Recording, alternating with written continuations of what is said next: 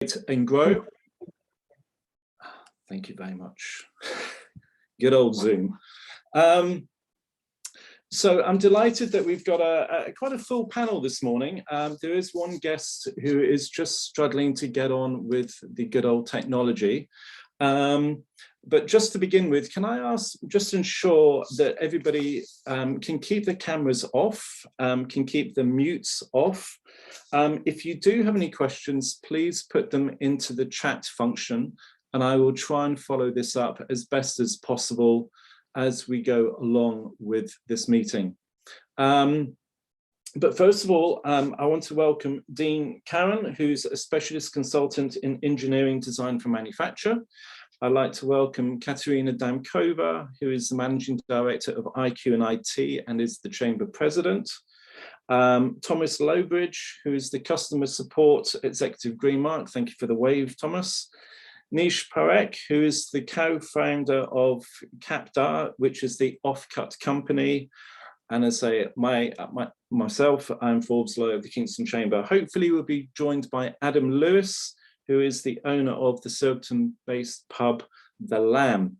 So just to begin with, what I want to do is just get a quick introduction from everybody. So I'll start with Thomas. Do you want to just quickly say who you are and about the Green Mark, please?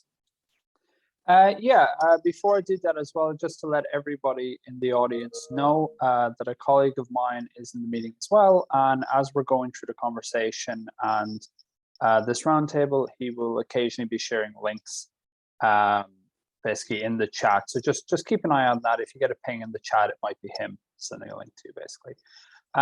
My name's Thomas. As Forbes said, I'm a customer support executive in Greenmark.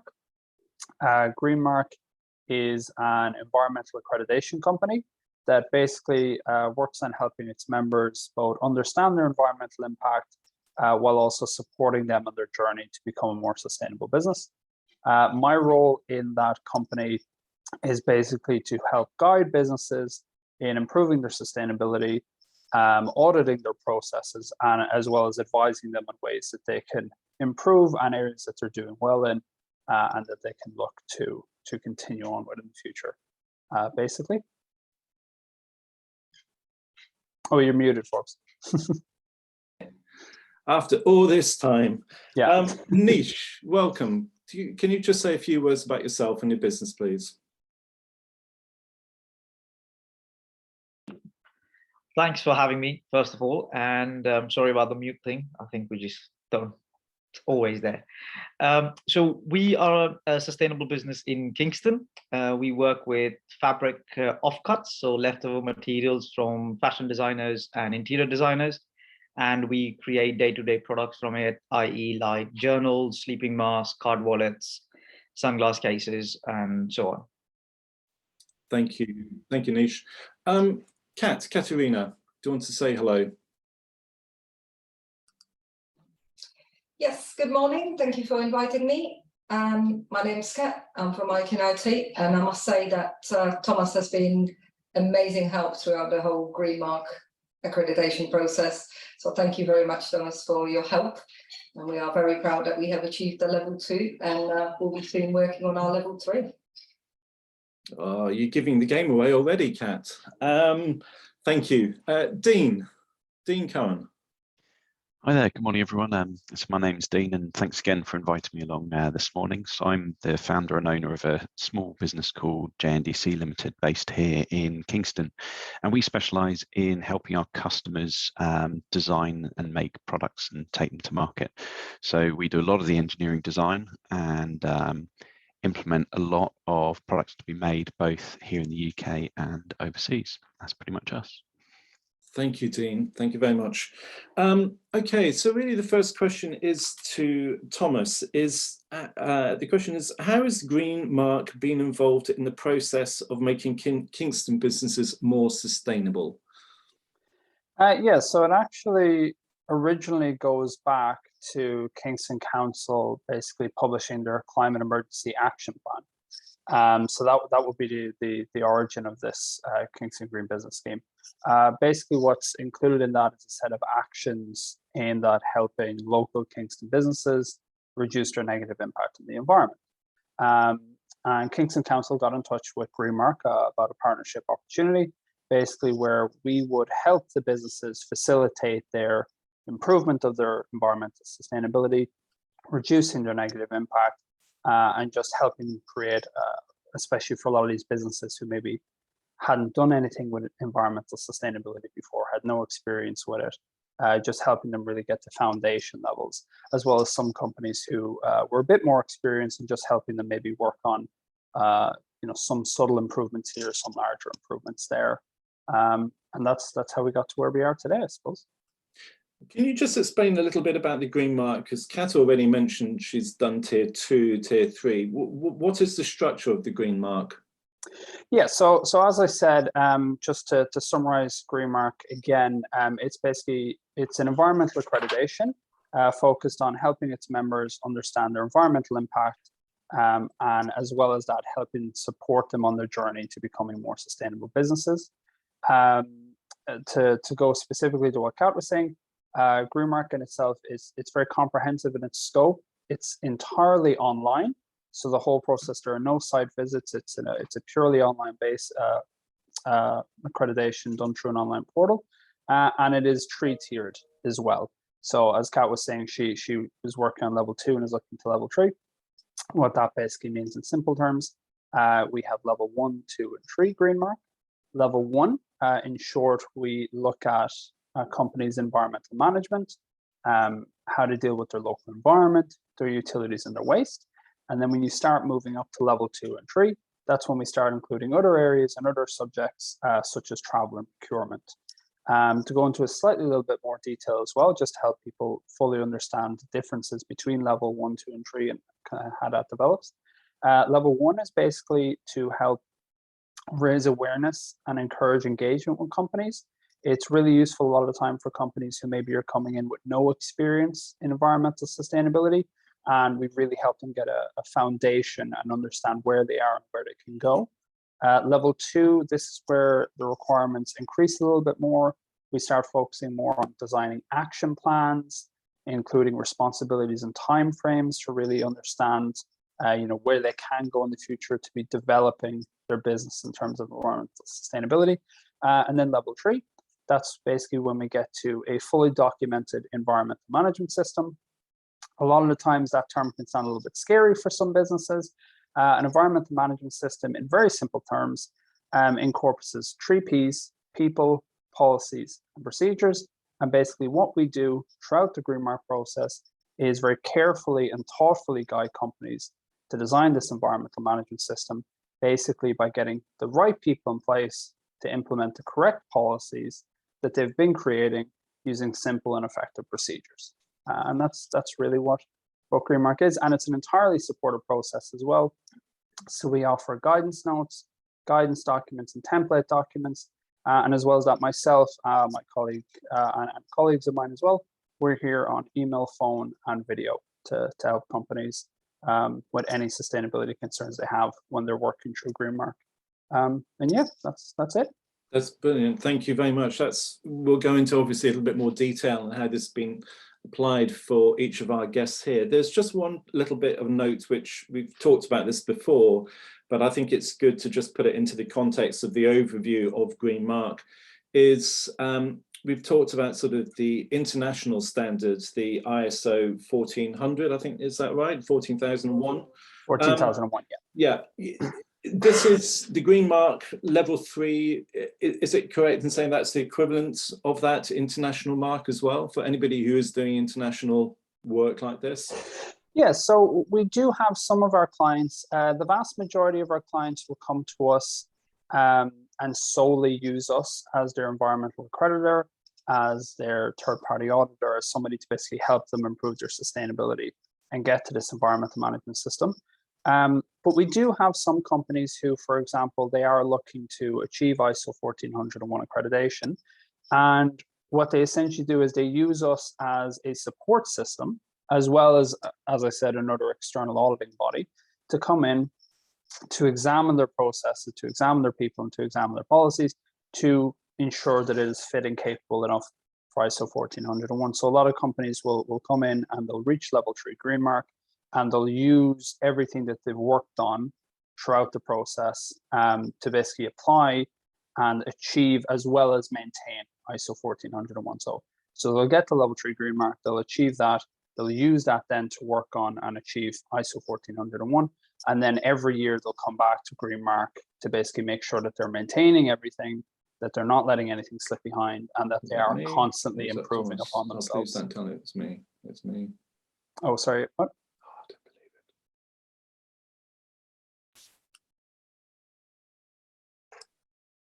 Seems to be a bit of a technical issue. Yeah, I think that might have, was that me? Might have been me. No, I think it's all good now. No, sorry, I was just saying Okay. that it's, yeah, so some companies will definitely use green mark as a way to both achieve, and then every year they'll come back to make sure they're maintaining their IC 14001. But a lot of companies, the vast majority of companies use green mark because of what green mark is, and being able to see that stamp as well as seeing the internal benefits is what they're here for, really. Brilliant. Thank you, Thomas. Well, let's move to Nish in terms of why did you actually participate in Kingston Council's Green Business Challenge? What sparked your interest with this? So we are a sustainable business. Our ethos is just that. So we say fabrics going to landfill. And we do sort of bits and pieces around it where we say, you know, we'll always reuse boxes which are from the recycling center. We never go and buy new stuff and so on. But we never had a structured way to measure or say that, okay, we are doing things correctly. So, you know, we've looked at some other options before, but they're quite expensive when you run a small company. And so when this came along, we were like, okay, you know, it's quite a good thing to support local businesses. So we applied for it. And I think that was the main reason that, you know, let's see whether it's structured and how we can improve what we are currently doing with sort of guidance and expertise. Can you just explain a little bit about the offcut process and the business? Because when we were talking earlier, it was just fascinating to understand from that area what actually offcuts meant and how you actually do a lot of the recycling. You also explained a lot about what you kind of, how you bring just the process of sending material and everything else. You literally recycle everything, don't you?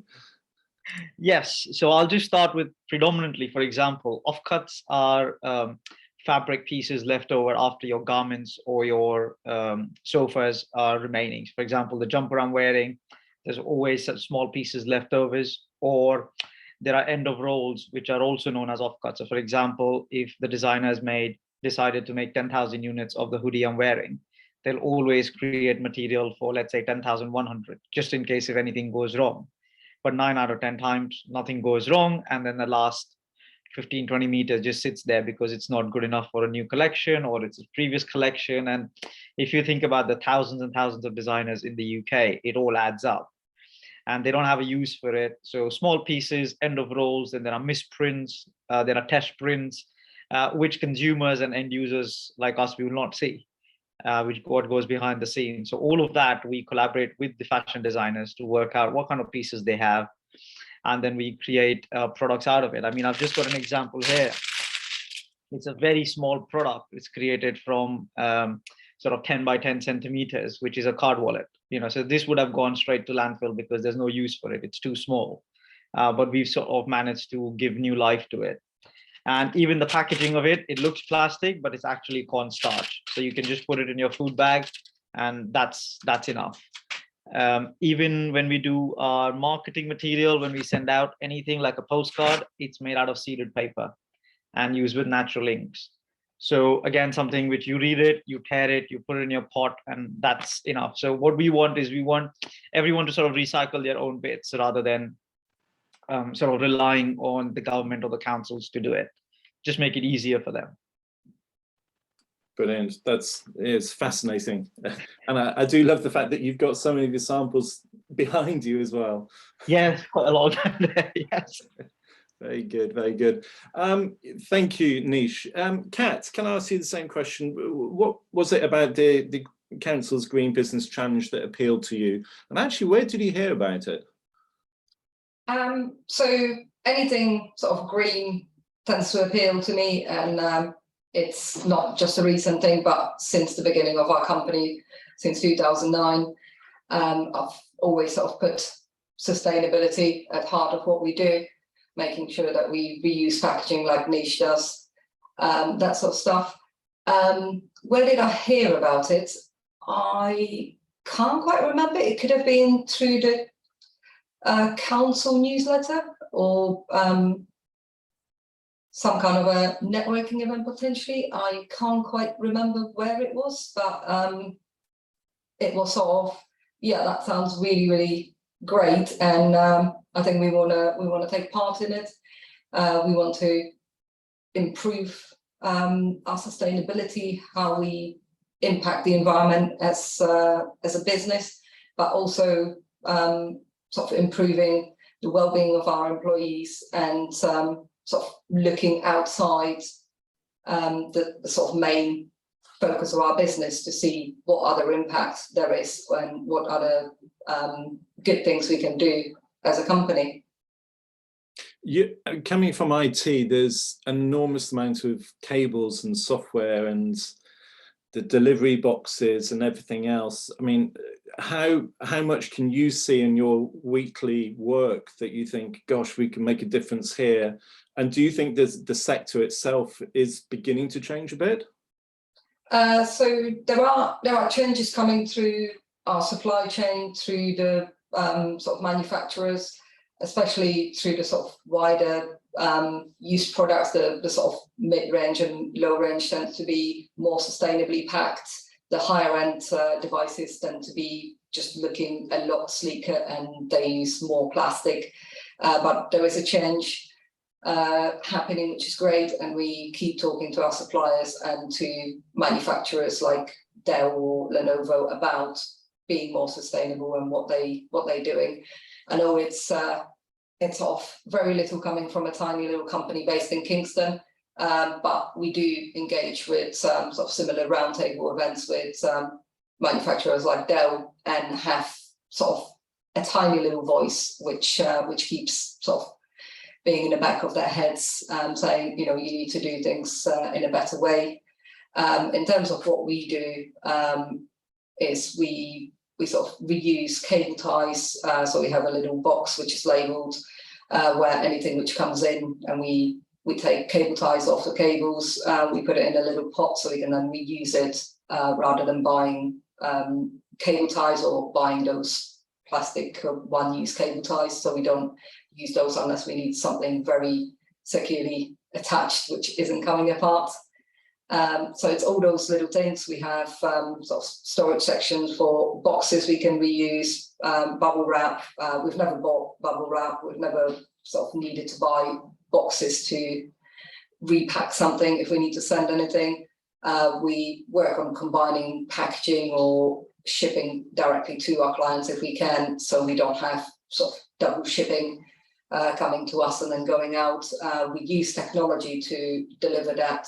Things like Microsoft Autopilot, so we don't need to touch the devices which are being delivered to our clients. They can be shipped directly, and we get them enrolled in a simple, clever way, and get them configured.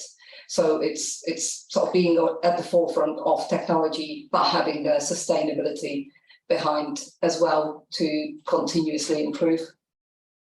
Brilliant. Thank you very, very much, Kat. It's I know you're working tirelessly with in that process of how you actually deliver the goods as well. So it's really interesting to hear that work.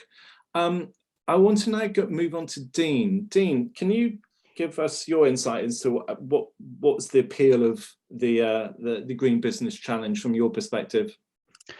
Yes, the appeal for us was day in, day out, we design new products that go into manufacture, and the products we design for our clients end up getting manufactured in really, really high volumes.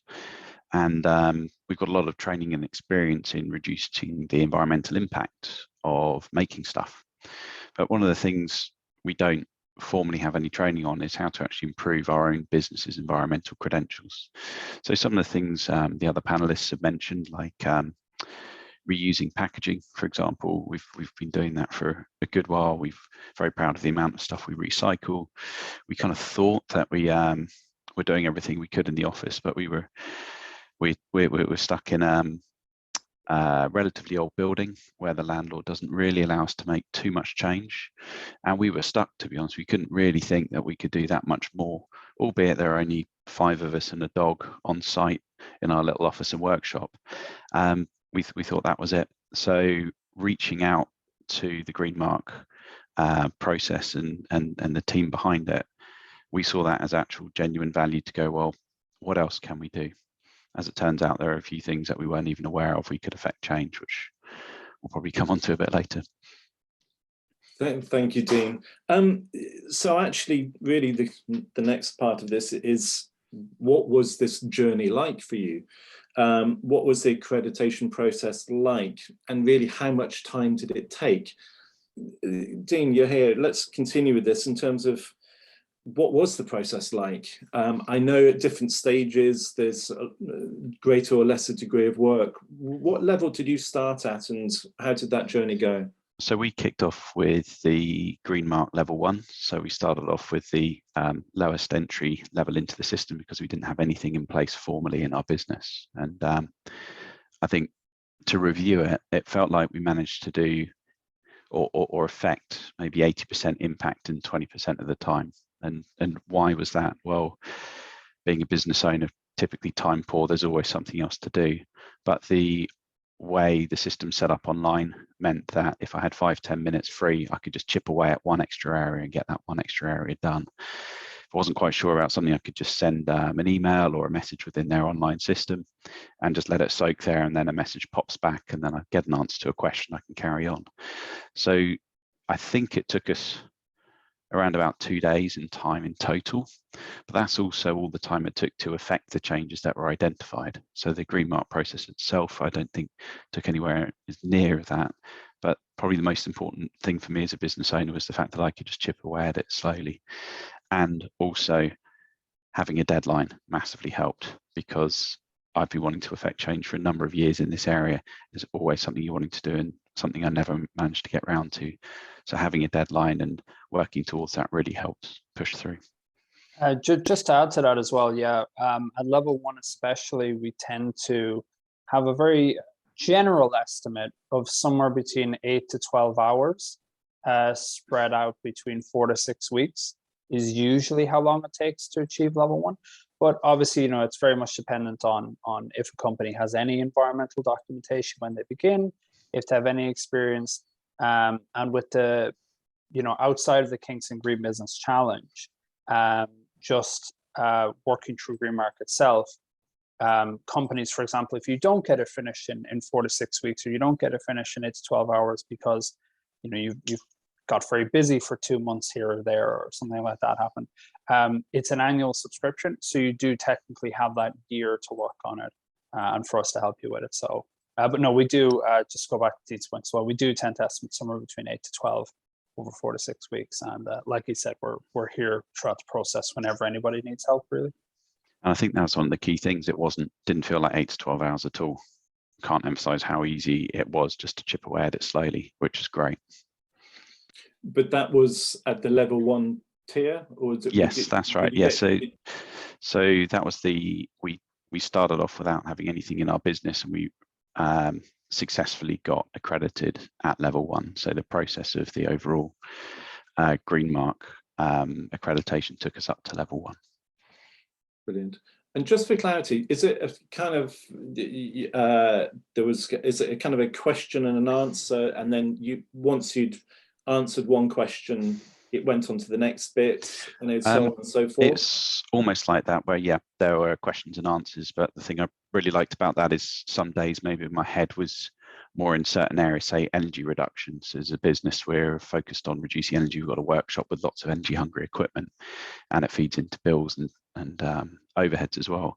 But so some days, say you're focusing on that, you could just go across to a certain section, just pick and choose what you feel like answering. Next day, you may be focusing more on waste management, just pick off a few areas, or just scatter around. And I'm sure that's not possibly the best approach, but it certainly worked for us. You just basically pick off what you feel like doing that day, and over time it builds up into a fully populated set of answers, which then Thomas and his team reviewed and gave us feedback on.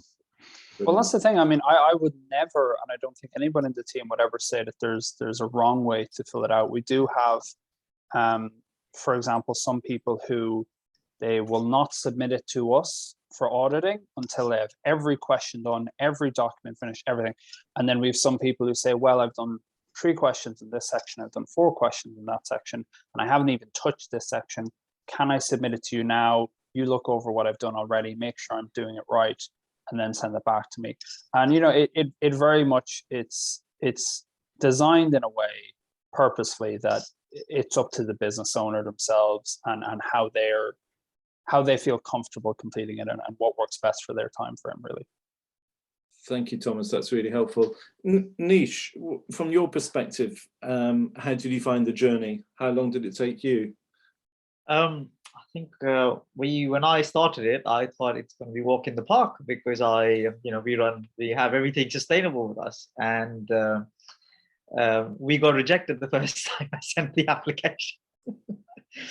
I think Thomas was like, yeah, it's good, Nish, but this is not what we're looking at. So the idea was that to structure it in a way that we haven't been doing so far. You know, like we have been having, for example, one of the pointers, Thomas, correct me if I'm wrong, but it was just to have like weekly or fortnightly meetings on how we can improve things.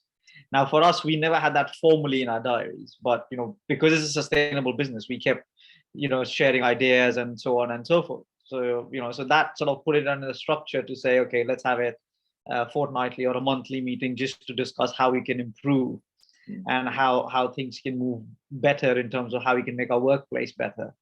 And that sort of helped out. And also thinking about how people were traveling to work was also a key point which we discussed. Because, I mean, we are sort of in an office where we can't change the structure of it, the windows and all of that. But we then collaborated with a local business who made these bespoke drafties, as they call it, for sort of to stop drafts. So, that sort of small collaborations and, suggesting and mentioning that helped us to that journey to make it more formal. And that's what I think that was, for me, was very interesting. Yeah, and just add actually on that, because that's a very important point. I think in a sense, I don't like to use the word because it's very negative, but that you were rejected, let's say, even though I really don't like that word. But it generally tends to take companies between 1 to 2 submissions, because sometimes a company, they'll submit and the answers are fantastic, the documentation is fantastic, and that's it, they've met all the requirements. But sometimes, maybe they haven't considered a certain area. Maybe the documentation wasn't developed enough. Let's say they're at level 2 and their policy wasn't developed enough, for example. But as Nish can probably attest to, we don't want to have it ambiguous and send it back and say, well, fix it. We send 2 things. One of them is whoever was completing the audit will receive an email that basically says, here's what you did well, in a very general sense, here's what you did well, but most importantly, here's what you did poorly. And then when you log back onto the portal again, next to each question, there is a specific auditor comment that says, well, here's what you need to do to improve upon this question. Sometimes here's examples of what other clients have done. Sometimes here's a tip and a trick. Here's a link to somewhere that could be useful. But it's very much, we don't want to leave you in the dark. We don't want it to be ambiguous. So, as I said, sometimes people get on the first go. Sometimes they need a second go. If you need 20 goes, we're happy to do it. Nobody ever needs 20 goes. But if you need 20 goes, we're more than happy to help you, because we give you that feedback every single time to make sure you know what to do. That's really, really helpful. Thank you, Thomas. Kat, just to kind of get your perspective as well in terms of how did you find the process? So the process was, it felt a bit rushed because there was a tight deadline with when things needed to be submitted to the council. So it was feeling very sort of stressful at time, and I spent multiple evenings working till sort of midnight, 1 o'clock, just trying to get through all the different areas. And as I mentioned before, we have completed the level 2, so there was more challenges. Although we've already sort of started our journey on the B Corp, it's not quite all aligned, and obviously we're not quite far into the process. So we had some things we could use, and some things which went quite where it needed to be for the green mark. There were things which we haven't thought of, which we then sort of implemented or put sort of more formal structure around it. So overall the process was very good in terms of it being online and having different sections and obviously getting the feedback. So yeah, we have submitted several times over me, Thomas, and it's useful to get the feedback, because we haven't completed any sort of official environmental process yet, although we have done various different ISOs. We haven't done the 14001, and it's something we started looking at as well. It's not something we formally have done before, so it was new in how to structure it in terms of to meet the actual certification itself. So overall, it was a very good experience, and I do like having a deadline, because if we didn't have a deadline, we would probably still be trying to finish it all off. So definitely works really well to have external party to set the deadline. Thank you, Kat. I hope you don't mind me saying this, but you do work long hours. But I do think you are a bit of a night bird anyway, so you do tend to work when it's the 1 o'clock. I don't think it's because you started at 8 o'clock in the morning and finished at 1 o'clock in the morning. You probably started it in the evening, because that tends to be your shift for these kind of things. But I do think actually what's good with this, coming from what you've all been saying, is it's actually, this isn't just a kind of a soft pass. This isn't just easily given. There's actually quite a strict criteria, and there is that bit more, and so it's a genuinely worthy accreditation. It's not just an easy pass, which I think is really gives it much more merit and validity. So it's interesting to hear that from everybody.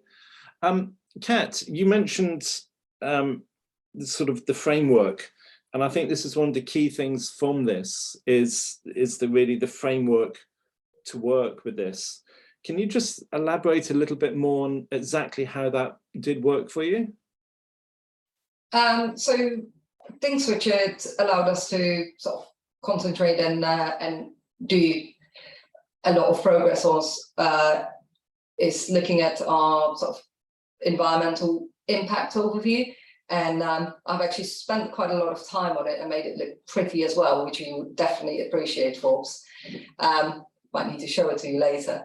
But it's sort of having it all lined up and going, okay, what is it that we sort of take in as a business? And I needed some help from Thomas to actually go through it. So we had a sort of meeting with Thomas, and it was really, really helpful, because it clarified a lot of questions we were having, and we're sort of slightly lost at the beginning of it, because we were like, well, what do we do here?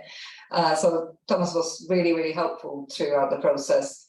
And once we had the full understanding of what we needed to structure and show, it was then, okay, we haven't thought of this, because that goes in this section of this little chart I've created. And it sort of made us sort of think about a lot of additional things we weren't considering before. Thank you, Kat. Dean, what is it? What did the process provide to you, which you didn't really feel as if you had before? I'd say the external specialist advice is probably the biggest help overall, by far. So, okay, the online system I talked about before was very useful, but it didn't feel like you're just typing something in and no one's on the other end. It was quite the opposite, where I knew that someone at the other end was reviewing it, giving it careful thought and consideration, and actually getting really good challenging feedback as well. I think Nish mentioned that as well, not necessarily just one answer and then you've passed. It's very much, well, you haven't quite explained this properly. So for me, it's very much that specialist advice that was probably the best element of it. And was it something which you personally were going through as a process, or did you and a whole of your team contribute to it? So I was the one entering all the information into the online system, but we got most of the team involved, especially when I needed help and support. Frankly, just didn't know how to answer some of the questions. We'd sit around and have a chat, work out what we honestly thought we're currently doing and how we could improve it. And then I'd report back through the online system. So it was a team effort, but somebody had to do the typing, and that someone was me. With some assistance from the dog in the office. Maybe. Yeah, he doesn't do much, to be honest. Nish, yourself, what were the process benefits that you gained out of this? I think we managed to sort of put a very structured way of how we want to work in terms of simple things like setting up your sort of the heating and the cooling, at a certain temperature. If you were 1 or 2 degrees up or down, that sort of made a huge difference. So, Thomas picked up to say, okay, why would you think of something on those lines? And then also, like, we have 2 recycling bins, but why can't we have 3 recycling bins? We are using public transport to work, but why can't we just have everyone cycle in? But if they live too far, then let's try and talk about an electric bike. Something on, so the things which we haven't thought before, which we thought we already had in place because we were all experts at it, but apparently we weren't. So I think it was good to get a sort of a bird's eye view of what we were doing as a business from a green point of view. And I think rather than just thinking our business was green because of the ethos of it or what we do, it overall gives sort of an idea that, okay, the working space, what we can change in our working space in limitations we have. I think that was the most helpful thing. And again, the question which I said to Dean about your team, you've obviously got a team there. Yeah. It must have been quite a good learning for everybody in the whole team, because it can't always just be led by yourself. Everybody needs to follow up with this. Yes, I think it was good to discuss it internally. I mean, some of the questions, we would have just shared it, while we're sitting around the table. We're not a massive team, but, we shared and we were like, oh yeah, we haven't thought about this. So, that's what comes to your mind, okay, when you have a few questions in front of you to say, what about this, and you're like, oh yeah, we can, there's small changes.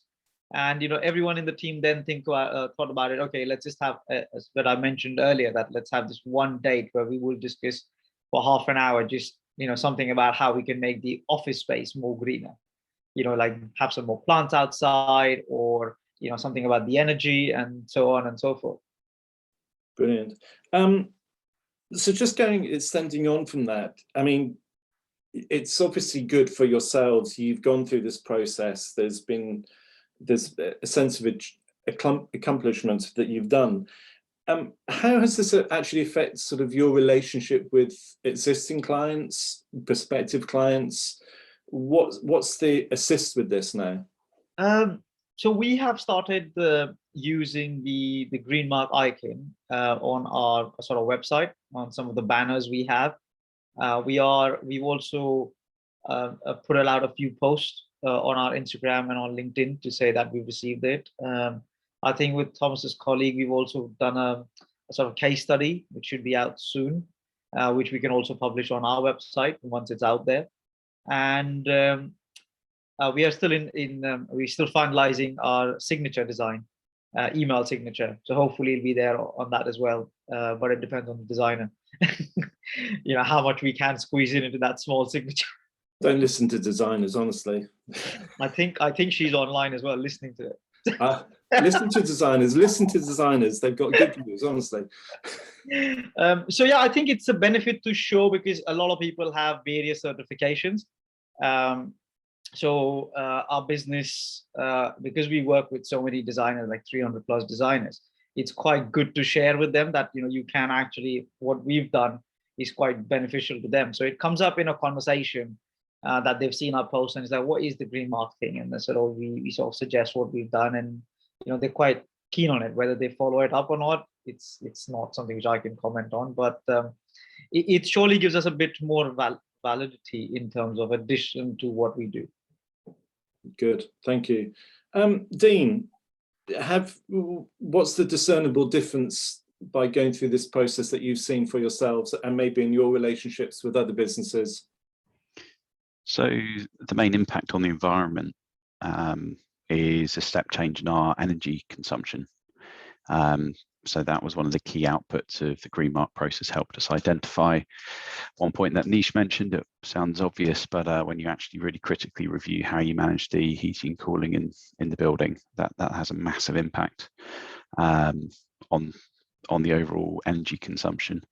In regards to what our customers think of what we've been doing, it's been really interesting, not just to say that we can advise on the designs and the environmental elements of their designs, but also how as a small business we're actively pursuing to reduce our own environmental impact. So that's been really well received, and like Nish, as soon as you mentioned, so what's that all about? And before you know it, you're kind of recommending a URL. And again, if they follow up, it's hard to tell, but it's interesting to see there's positively received feedback in regards to customers kind of going, oh, good for you. I'm really glad to hear that you're moving towards that.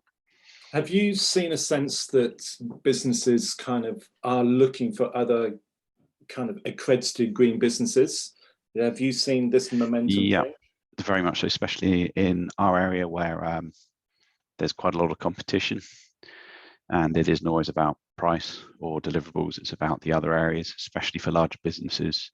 A lot of the large businesses don't allow you to tender for work if you haven't got environmental policies and procedures in place. So that's actually opening up another opportunity for us in the future, simply by having the Green Mark accreditation in place. Brilliant. And Thomas, thank you, Dean. And Thomas, just echoing, just following on from what Dean said there, in terms of other businesses looking at it, the Green Mark, it is a national accreditation. It is getting recognised. This isn't a wholly kind of a localised. Oh no, no. No, I mean, we have, for example, it is mainly the vast majority of the companies that we do work with and that are accredited by us are in the UK itself, including parts of Ireland. But we know we have companies in the EU as well. We also have a company in Turkey, for example. So no, it's mainly UK wide, but no, it's definitely recognised by parties and companies external to the EU as well and external to the UK. And yeah, actually just an important point, I think, on what Dean was saying about businesses, and especially if you want to, for example, be a supplier or tender for large businesses, they require some form of, accreditation, some form of environmental effort, so to speak. I think another big aspect of it that we found in the company, just from speaking to people, and just from experience, I suppose, is individuals. We're very much in a stage now, I think, of widespread, accelerated societal change. And I think consumers now are really, as Dean said, they're caring a little bit less about maybe the cost related to it, maybe a little bit less, maybe of the quality, but not massively, just slightly. And more so, they're starting to go, well, okay, well, what are you doing for the environment? Are you a harmful business? Are you a helpful business? Are you a sustainable business? And I think that's in consumers' minds, that's becoming more and more of a thing that they care about, and a thing that's becoming a very important thing when it comes to purchasing products and services. Thank you. That's very interesting. Kat, I will come on to you just in terms of what Thomas has just said. I just want to go back to what Dean was just referencing, because he mentioned at the very beginning about sort of the difference with heating. And when we were talking before, you were talking about to help trying to encourage landlords to change their heating processes in older buildings, and you saying you had a real dilemma with your own premises. Yeah, exactly, because our lease said or says that at the end of our tenancy we have to leave the building exactly as we found it. So if we were to look at the existing heating cooling system in the property, it's very old, like 20 years old, so extremely inefficient. And actually through the help and support of this process, it helped us realize that instead of actually removing the old system and reinstating a new system to that system specs have changed so much, it's actually much better to install something in parallel and simply leave the old system in place, not touch it, and run a very highly efficient new system. So it actually helped us work things out with the legal side with the landlord as well. And also we made other changes that were temporary to reduce, say, solar glare in the summertime to keep our cooling bill down. I think you're on mute there, just so. Mute, I'm on mute. You actually said it was a 15-year-old system. You managed to kind of get it down to a 3-year-old system, or as you said, running in parallel, which is quite a massive change.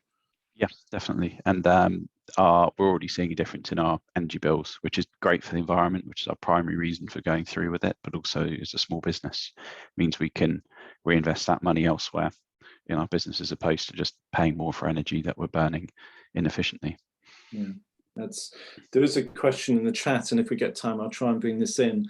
But Kat, what are your sort of immediate next steps with Green Mark, and also talking about the accreditation and seeing with Dean and Nish in terms of their relationships with their customers? What's the relationship that you have with yours in terms of the Green Accreditation? So we work with a variety of clients, and some of them are very into sustainability or are directly involved in removing carbon from the environment. So they obviously really like the fact that we are sort of environmentally conscious and are continuously improving. Some don't necessarily put that as a priority, but I'm hoping to see more of that changing in the future, and hopefully having that sort of impact. Obviously, we've only had the accreditation since end of March, so there isn't a huge amount of time, but it is certainly something which is at the forefront of how we represent ourselves to potential new clients, and obviously we make our current clients aware of it. So what I'm hoping to see is clients and potential clients making the choices of to either stay with us or have us as a supplier, because we are more sustainable than our competitors. And obviously not only on the sort of customers and potential customers, but also on the side of our employees, sort of wanting to work for us, as we don't care primarily for making profit. We put sustainability and welfare above sort of profitability, and I think that is the key difference we need to put across to other businesses, that making profit is not the top priority. It needs to be making it in the right way, and being sustainable at the same time. So yeah, that's the part of it, and obviously spreading the awareness to other businesses, to our employees, and to other people we come across, that they can make a difference. If we all make small changes, the overall change will be hopefully enough to stop the sort of planet overheating. And you're actually getting into my last question, which is almost trying to get sort of 3 top tips from each of you for businesses considering their ability to reduce the negative impact on the environment. Yours is obviously one of them is get your priority in terms of, it's not always about the money, but to get the balance with the sustainable element to it. Are there any other kind of top tips you could recommend, either from that question, also, or just sort of about the Green Mark process? I think sort of communicating and encouraging other people and other businesses to take part, or to sort of be able to have something which shows how good they are, because there's a need to sort of know, because there's lots of greenwashing going on, and everybody calling themselves now environmentally friendly, or I've come across some calling themselves carbon neutral, where actually they weren't when I started asking questions. And it's like, so why? I don't understand, how can you call yourself that? So having a sort of accreditation makes it you know, something which is real and not just marketing strategy. So, you know, keeping the engagement, keeping the communication, and making that our sort of priority. That's what I would say. I think you muted again. And I'm on mute again. I'm not having a good day with this, am I? Thank you very much for that, Kat. There's actually a note here, and this is the thing which I really fascinating. This is the diversity of businesses, that people think it's only applies to maybe certain businesses. Somebody's in the chat saying that they eco-friendly dry cleaning, technology, using new technology, wet cleaning, and totally using electricity. And I just think it's people's imagination and creativity to think, actually, we can move into these different areas. Nish, some top tips to wrap this up a little bit from your journey from this and your encouragement to other businesses. What would you say? I think top tips is I would surely encourage all kinds of businesses to do it, you know, regardless of the size or the industry. Like, we've had a lot of chats, you know, we Cat and so on, that they're very diverse industries, you know, IT and sustainable manufacturing, you know, it's quite different. But I think it sort of helps you as a business to sort of sit down, spend those few hours, you know, which you don't have to do it like all in one go. You know, you can do it as and when over a period of 2, 3 weeks or 4 weeks. Which sort of helps you as a business point of view to say, okay, we are doing this right, and this we may need improvement. And that's quite nice from, you know, from an expert coming in, rather than we've looked at other marks and other sort of certifications, where it's quite a lot of work in terms of, you know, you have a huge pile of paperwork and long forms to fill in with no sort of support. So this one is quite good, especially for small businesses, is because of the reason being that it's quite a process is very hand-holding, you know, which I would say is the best for us, and that's what we like, because we're not experts at everything, but I think that's what we got from Green Mark. Thank you very much, Nish. Dean, a few final words. I'd echo Nish's point in regards to the Green Mark process overall. Basically, just getting involved with it has really helped us out. I think another key one is really speaking to other like-minded businesses, comparing notes, just having a chat, borrowing ideas off each other. Has certainly helped us through this process. 2 other just very quick ones. I know we talked about it before, but just critically reviewing the whole heating and lighting management. Heating, cooling and lighting management within any building makes a big difference. And a final one from my side, maybe I'm an engineer and it just seems obvious, but we went around and just looked at all of the equipment we're using and looking at how much energy it consumes. And there was some really old legacy equipment that's just burning away energy. Now, we just hadn't even really thought about it before. So just having a wander around with a cup of tea or coffee around your office or wherever you're based, and just looking at what equipment you've got on site and how energy inefficient it is, and what the cost to change that out and what the payback period would be. We were really surprised by that. Just on that particular point, when you said, pardon my ignorance here, but you looked at old equipment and the legacy of that. What did you mean by that exactly? So that was in reference to, say, electrical equipment. So say fridges, dishwashers, computer monitors, all of these different things are just plugged into the wall. You just assume they're just sat there, but actually they're all burning energy at certain levels.